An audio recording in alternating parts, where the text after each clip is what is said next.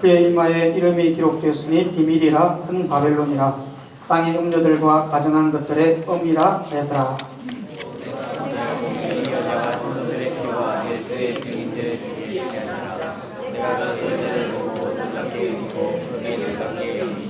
천사가 이르되 왜 놀랍게 여기느냐? 내가 여자와 뚜렷한 일곱 머리와 열뿔 가진 짐승의 비밀을 내가 내게 이르리라.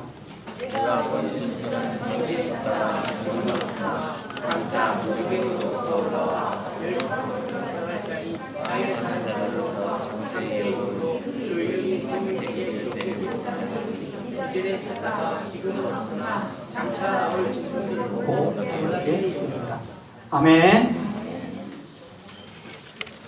고개를 드시고 저를 좀 바라봐 주세요. 오늘 말씀은 세 번째 환상 주제의 말씀인데요. 여러분, 요한계시록은 한마디로 말해서 계시, 환상, 묵시의 말씀이다. 이걸 늘 기억해 주셔야 됩니다. 전에도 말씀드린 것처럼 요한계시록은 총 4가지 환상, 총 4개의 환상으로 이루어져 있다. 이렇게 말씀드렸습니다. 첫 번째는 7교회, 에베소, 스무나, 버가모, 도아디라, 사데, 빌라델비아, 라오디게아. 이 교회 7교회의 모습은 오늘날 있는 우리의 교회의 모습이다. 칭찬받는 교회도 있을 것이고 책망받는 교회도 있을 것이다 라고 첫 번째 환상에서 말씀드렸고요. 두 번째 환상은 그거다. 그죠? 기억나시는지 모르지만 7인, 7나팔, 7대접.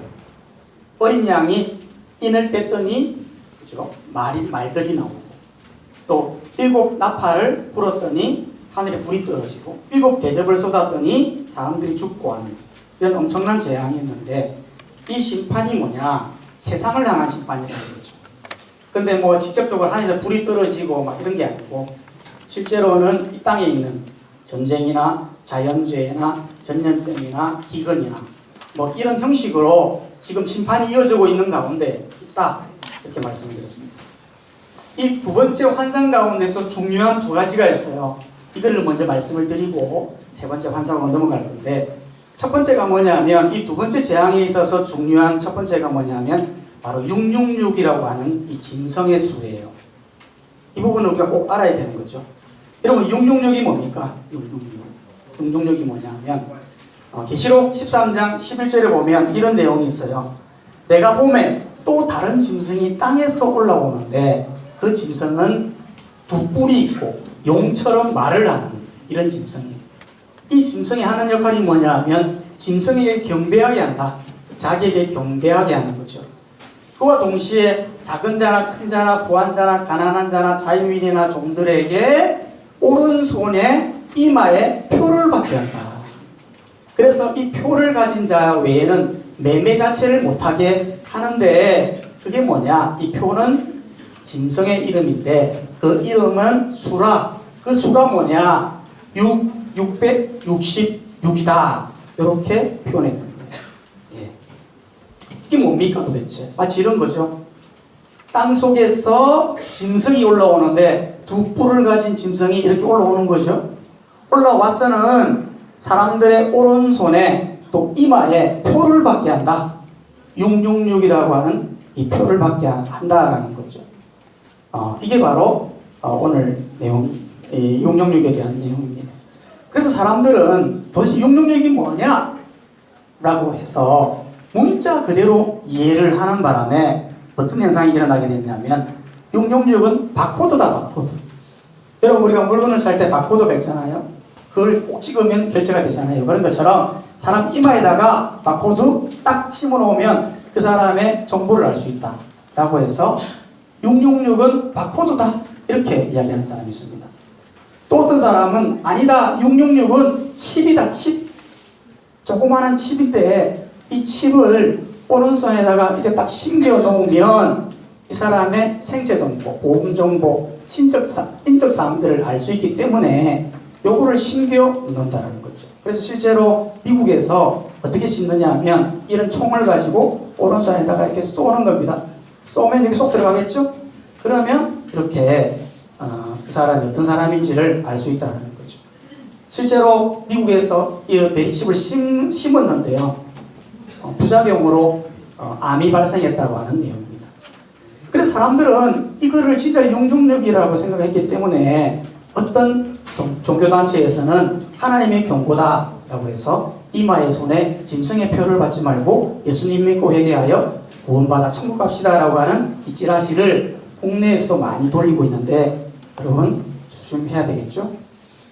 여러분 이것이 왜 잘못되어졌냐면 구원이라는 것이 어떤 칩에 의해서 결정되는 게 아니다라는 거예요.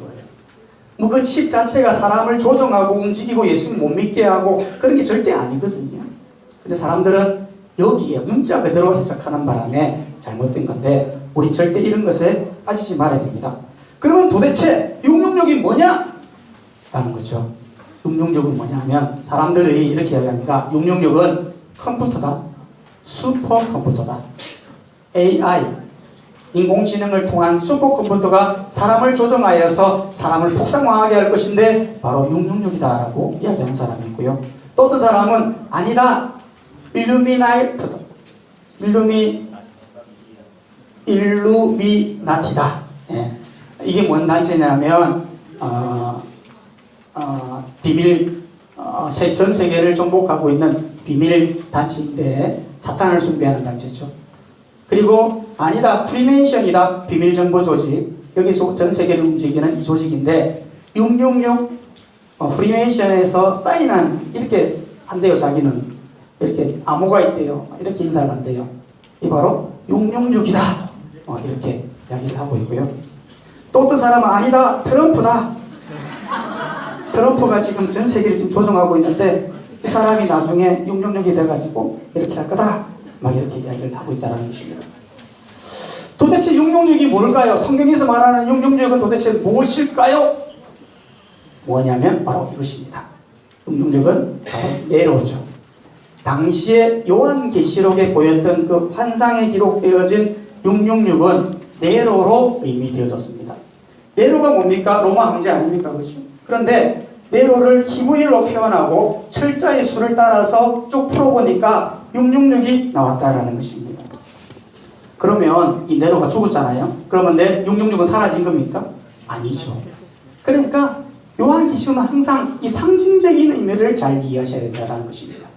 요한계시록 기록 당시에 네로가 666이 맞았지만 그러나 666은 앞으로도 계속 이어질 바로 사람이라는 거죠. 무엇을 말하는 것입니까? 666을 정리를 하면 이 세상에 존재하는 세상을 지배하고 교회를 핍박하며 사람을 죽이는 이 세상의 모든 권력자들을 말하는 것입니다. 바로 이것이 666이죠. 이 권력자들은 계속해서 이어져 왔습니다. 한 시대를 풍미하면서 독재자로서 사람을 죽이고 교회를 핍박하고 그런 사람들이 쭉 나왔던 거죠. 그럼에도 불구하고 우리가 한 가지 꼭 잊지 말아야 될 것은 이 세상에 어떤 극악무도한 666이 나타난다 할지라도 우리가 염려할 필요가 없습니다. 왜 그러냐면 우리는 하나님을 믿는 백성은 절대 망하지 않기 때문에 그렇습니다. 그렇기 때문에 666 악한 세력들이 나타난다 할지라도 우리 염려하지 말아야 됩니다. 그 악한 세력들 가운데서 살아남는 숫자가 있는데 두 가지 두 번째 중요한 게 그게 뭐냐면 몇 명입니까? 14만 4천 명. 자, 두 번째 환상에서 중요한 숫자 666 and 14만 4천 명. 이게 굉장히 중요하다는 거죠. 도대체 14만 4천 명 이게 뭡니까? 요한계시록 7장 4절에 보면 이런 얘기가 있어요. 제가 인침을 받은 자의 수를 들으니 이스라엘 자손의 지파 중에서 인침을 받은 자들이 14만 4천 명이다. 인침을 받았다는 게 무슨 말이냐면 내가 동물을 삽니다. 그러면 이것은 내 동물입니다 라고 하는 도장을 찍는 것이 인치는 작업입니다. 마찬가지로 계시록 17장 1절에 내가 보니까 어린 양이 시온산에 섰다. 어린 양이 누굽니까? 예수님 아닙니까? 그죠? 예수님이 시온산에 서 있는데 거기에 함께 서 있던 자들이 몇 명이었냐? 14만 4천 명이었다. 그런데 그들의 특징은 이마에 어린 양의 이름과 아버지의 이름이 쓴 것이 있더라. 즉 어린 양 대신 예수님께서 14만 4천 명에게 인을 치신 것입니다. 바로 너는 나의 백성이다 라고 하는 그 숫자를 말하고 있다는 것입니다. 그러면 구원받는 사람이 14만 4천 명이냐? 이거를 잘 이해되는 게 요한계시록은 항상 이해할 때 뭐를 얘기되느냐면 상징적인 것이다. 문자 그대로 이해하면 망한다라는 것입니다. 네. 굉장히 중요한 부분이라는 거죠. 사람들은 이거를 너무나 잘못 이해해서 14만 4천 명만 구원받는다 이렇게 생각을 해요. 그런데 이상한 게 여러분 한번 생각해 보세요. 지금까지 얼마나 많은 기독교인들이 있었습니까? 그죠? 아담 이후로, 예수님 이후로 얼마나 많은 하나님 믿는 백성, 예수님을 믿는 백성들이 얼마나 많았어요. 그죠? 그러면 그 사람들을 다 제외하고 14만 4천 명만 구원받는다고 한다면 이게 너무 하지 않아요, 여러분? 그렇기 때문에 신천지에서는 이거를 문자 그대로 이해를 하거든요. 그래서 14만 4천 명만 구원받습니다. 그래서 채웁시다. 엄청 열심히 했어요. 내가 14만 4천 명 안에 들어가려고 억수로 열심히 했어요. 그래가지고 14만 4천 명이 넘었어요. 그러니까 지금 엄청나게 많이 늘어나가지고 내년에는 50만 명을 바라보고 있대요. 그러면 이상한 게 그 50만 명의 신천지 중에 또 3분의 1만 구원받는 겁니다. 그 전에 예수님 믿는 사람들 너무 많았을 거 아니에요, 그죠? 그런 사람들은 다 구원 못 받는 겁니까? 우리도 구원 못 받고 그 신천지 안에 있는 그 3분의 1만 구원 받는 겁니까? 말이 안 되거든요. 그렇기 때문에 항상 우리가 요한계시록을 볼 때는 상징적인 숫자임을 늘 기억해야 돼요. 그러면 이 상징적인 숫자가 뭐냐? 이걸 잘 풀어야 되는데 성경에서 말하는 14만 4천 명이 뭐냐면 구약에서 말하는 12는 완전수입니다. 완전수. 그렇기 때문에 구약에서 말하는 12지파 있잖아요. 이 완전수이고 신약에서 말하는 12제자, 완전한 제자를 의미하는 것입니다.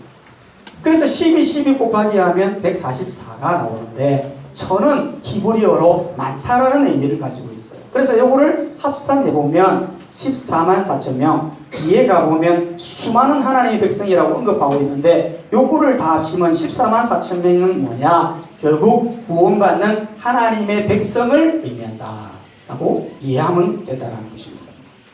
그래서 절대 신천지에서 말하는 14만 4천 명만 구원받는다라고 하는 그런 잘못된 것들은 빠지면 안 되고 이 의미를 잘 이해하시면 됩니다. 자, 그래서 이제 세 번째 환상으로 들어가게 되는데 이 두 번째 환상 끝나고 이제 세 번째 환상입니다. 여러분 이 세 번째 환상은요 너무 재밌어요. 너무너무. 왜 재밌냐면 이 세 번째 환상 속에 어마어마한 이야기들이 감춰져 있거든요.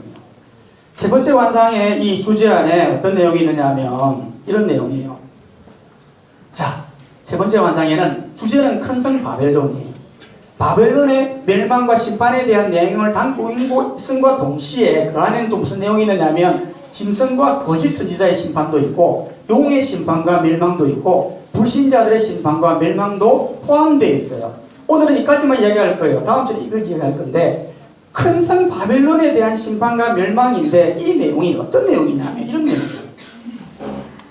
사도 요한이 박모섬에 있었는데 두 번째 환상이 끝나고 나서 세 번째 환상이 시작되는 거예요. 갑자기 성령 하나님이 요한을 데리고 광야로 데리고 갑니다. 광야로 나갔더니 엄청난 눈에 환상이 막 펼쳐지는 거예요. 어떤 환상이었느냐? 내가 보니 여자가 붉은빛 짐승을 타고 있는 거예요. 붉은빛 짐승을 이렇게 타고 있는데 그 짐승의 몸에 하나님을 모독하는 이름들이 가득하고 7머리와 10뿔이 있었던 거예요. 그리고 그 여자는 자줏빛과 붉은 옷을 입고 금과 보석과 진주로 꾸미며 손에는 금잔을 가진 거예요. 이런 환상을 보게 된 거예요. 어떤 내용이냐? 이런 거예요. 자, 이 내용이에요. 여자가 있는데 붉은 짐승을 타고 있는 거예요. 타고 있는데 이 짐승의 몸에는 하나님을 모독하는 이름이 새겨져 있어요. 그리고는 머리는 7, 뿔은 10개. 여자는 자줏빛과 붉은색의 옷을 입고 있는데 각종 진주로 정찰되어 있고 왼손에는 금잔을 들고 있는 이 환상을 보게 되었다는 것이죠. 도대체 이 음녀가 누구입니까? 무엇입니까? 음녀가. 예. 성경은 이 음녀에 대해서 뭐라고 이야기하고 있느냐면 이렇게 이야기하고 있어요. 5절에 보면 답이 나와 있는데 이렇게 말해요. 음녀는 그의 이마에 이름이 기록되어 있는데 비밀이라 뭐냐? 큰 바벨론이라. 음녀가 뭐라고요? 큰 바벨론이라. 바벨론이 뭐예요? 바벨론은 바벨론 제국을 말하는 거예요. 여러분 실제로 수많은 제국들이 거쳐왔잖아요. 이집트 제국, 아수르 제국, 바벨론 제국 거쳐왔는데 당시 이 바벨론 제국이 전 세계를 지배했던 그런 제국이거든요. 그러니까 무엇을 의미하는 거예요? 음녀는 뭐를 말하는 거냐면 큰 성 바벨론을 말하는 거지만 세력, 세상을 말하는 거예요. 음녀. 그러면 짐승은 무엇입니까? 짐승은 뭐냐면 음녀가 짐승을 타고 있잖아요. 이것은 무엇을 말하는 거냐면 이 짐승의 뿔이 머리가 7개다라고 하는 것은 당시의 7왕을 이야기하는 거예요. 로마 제국 황제들. 그리고 10뿔을 가졌다고 하는 것은 각 지역 통치자들을 말하는 것이다라는 것입니다. 실제로 로마 시대 때 수많은 왕들이 있었어요. 그리고 제국들이 있었죠. 이집트, 아시리아, 바벨론, 페르시아, 그리스. 지금은 어떤 제국으로 가고 있는지 모르지만 앞으로도 이런 제국들이 계속 이어지게 될 것이다 라고 하는 이 예언들이 감춰져 있는 것입니다. 실제로도 여러분 그렇습니다. 예. 지금 역사적으로 볼 때 그죠? 지금 얼마나 많은 이 음녀와 이 짐승과 같은 사람들이 나오고 있는지 모릅니다. 수많은 독재자들이 이 땅에 나타나서 사람을 죽이고 성도들을 홀리고 그 다음에 교회를 핍박하고 그렇게 하는 사람들이 얼마나 많은 사람이 있는지 몰라요. 역사적으로 볼 때도 그래요. 여러분 보세요. 이 사람 누굽니까? 히틀러 아닙니까? 그죠? 이 사람이 대단한 게 뭐냐면 이 사람 혼자 이 사람 혼자 자체의 사상이 전 세계를 전쟁으로 몰아넣고 그리고 유대인을 600만 명을 살해하며 포함하여서 1700만 명의 사람을 죽였던 사람. 대단한 사람 아닙니까? 도조 히데키 태평양 전쟁을 일으킨 A급 전범. 이 사람으로 인해서 아시아에 있는 모든 사람들 500만 명의 사람을 죽였던 사람. 스탈린 2300만 명의 사람을 죽였던 사람. 놀라운 것은 이 사람들이 그냥 우연히 나타나서 우연히 이런 짓을 한 것 같이 보여도 사실은 그게 아니고 요한계시록 세 번째 환상 속에 감춰져 있는 비밀 속에서 짐승의 모습으로 세상을 등에 업고 짐승의 모습으로 나타나서 이런 일들을 자행한 거예요. 네, 그런 거예요. 시대들마다 그런 사람들이 꼭 있었어. 옛날 구약시대에 그리고 중세시대에 그리고 현대에 들어와서 또 앞으로 어떤 사람이 나타나서 수많은 사람을 죽이고 전쟁을 일으키며 세상을 등에 업고 짐승의 모습으로 할지는 몰라요. 그래, 이런 사람들이 있었다는 거죠. 너무나 안타까운 일이라는 겁니다. 그런데 중요한 것은 아무리 이런 짐승과 같은 사람들이 나타난다 할지라도 그들은 결국에는 망한다라고 하는 것이 요한계시록의 말씀이에요. 그럼 실제로 그래요. 이 사람들 다 잘 살았습니까? 아닙니다. 결국에는 잡히고 학살당하고 죽게 돼요. 결국 비참하게 다 죽게 된다라는 거죠. 왜 그렇습니까? 요한계시록에서 분명히 말하고 있어요. 큰 성 바벨론은 멸망할 것이다. 보세요. 그와 함께 연영하고 사치하던 땅의 왕들이 연기를 보고 위하여 울고 가슴을 치며 그 고난을 무수하며 멀리 서서 가로되 화이도다 화이도다 큰 성 거룩한 성 바벨론이요 일시간에 내 심판이 이르렀다. 세상을 등에 업고 짐승과 같은 모습으로 세상을 죽이고 교회를 핍박하고 하는 그런 사람들이 나타난다 할지라도 그 사람들은 심판에 이르게 될 것이다. 결국에는 망하게 될 것이다 라고 요한계시록은 예언하고 있는데 실제로 다 망해왔어. 여러분 이 세상에 진짜 악독 무도한 사람들이 많이 있었음을 불구하고 이 세상이 이렇게 유지되고 있는 것은 바로 요한계시록의 이 예언 때문에 그렇다는 것이죠. 이 사람들은 어떻게 망합니까? 요한계시록 19장은 이렇게 말하고 있습니다. 누가 나타나느냐 하면 또 내가 하늘에 열린 것을 보니 보라 백마를와 그것을 탄 자가 있으니 그 이름은 충실과 진실이라. 그 눈은 불꽃 같고 그 무에는 많은 관들이 있고 하면서 그가 피 푸른 옷을 입었는데 이분이 누굽니까? 이분이 누구죠? 예수님이죠. 예수님. 자, 이 예수님이 세상의 등을 입고 짐승 같은 모습으로 나타나는 사람, 그런 악행을 하는 사람 있다 할지라도 이런 백마탄 예수님이 나타나서 하시는 역할이 있어요. 그게 뭐냐면 네 가지 역할입니다. 공의로 심판하여 싸우고 입에서 나오는 예리한 검으로 만국을 치며 친히 만국을 철창으로 다스리며 하나님의 진노에 포도주의 틀을 밟는다. 무슨 말입니까? 지금 세상을 등에 업고 짐승 같은 모습으로 독재자들에 따라 사람을 막 죽이고 하지만은 결국에는 그들을 망하게 하는데 그 망하게 하는 세력이 뭐냐면 바로 예수님이라는 거죠. 바로 예수님께서 직접 하늘 전쟁에서 싸우고 영적으로 싸워서 그들을 물리쳐버리는 것입니다. 그리고 이 호황하고 세상이 망할 것 같아도 그렇지 않고 하나님 막을 거 다 막아주시고 물리칠 거 물려주시고 멸망하게 해주셔서 지금까지 오고 있는 중에 있는 거예요. 앞으로 어떤 또 악한 사람이 나타날지 몰라. 어떤 사람이 나타날지 모르지만 그럼에도 불구하고 그 사람은 또 반드시 망해요. 왜? 백마를 탄 예수님이 그걸 다 막고 계시거든요. 그렇기 때문에 요한계시록은 절대 망하는 법이 없다. 하나님을 믿는 백성은 절대 망하는 법이 없다라고 하는 것을 말하고 있다라는 것입니다. 그렇기 때문에 우리는 다른 건 몰라도 바로 이 백마 탄 예수님, 이 예수님만 잘 믿고 있으면 어떤 독재자가 나타난다 할지라도 어떤 짐승과 같은 모습으로 나타나는 사람이 있다 할지라도 우리는 절대 실망하지 말고 포기하지도 말고 주님만 믿고 잘 달려가면 된다라는 것입니다. 할렐루야. 네. 다음 주에는 더 기대하시고 좋은 게 다음 주에는 악에 대한 얘기를 할 겁니다. 여러분 악이 무시무시한 거거든요. 이 세상에 악이 왜 존재하고 악의 지금 멸망이 어떤 식으로 이루어지는지를 다음 주에는 설명하기 때문에 빠지지 마세요. 빠지면 손해야. 너무 좋은 말씀이니까 다음 주에는 꼭 참석해 주시기를 부탁드리겠습니다. 자, 기도하고 마치도록 하겠습니다.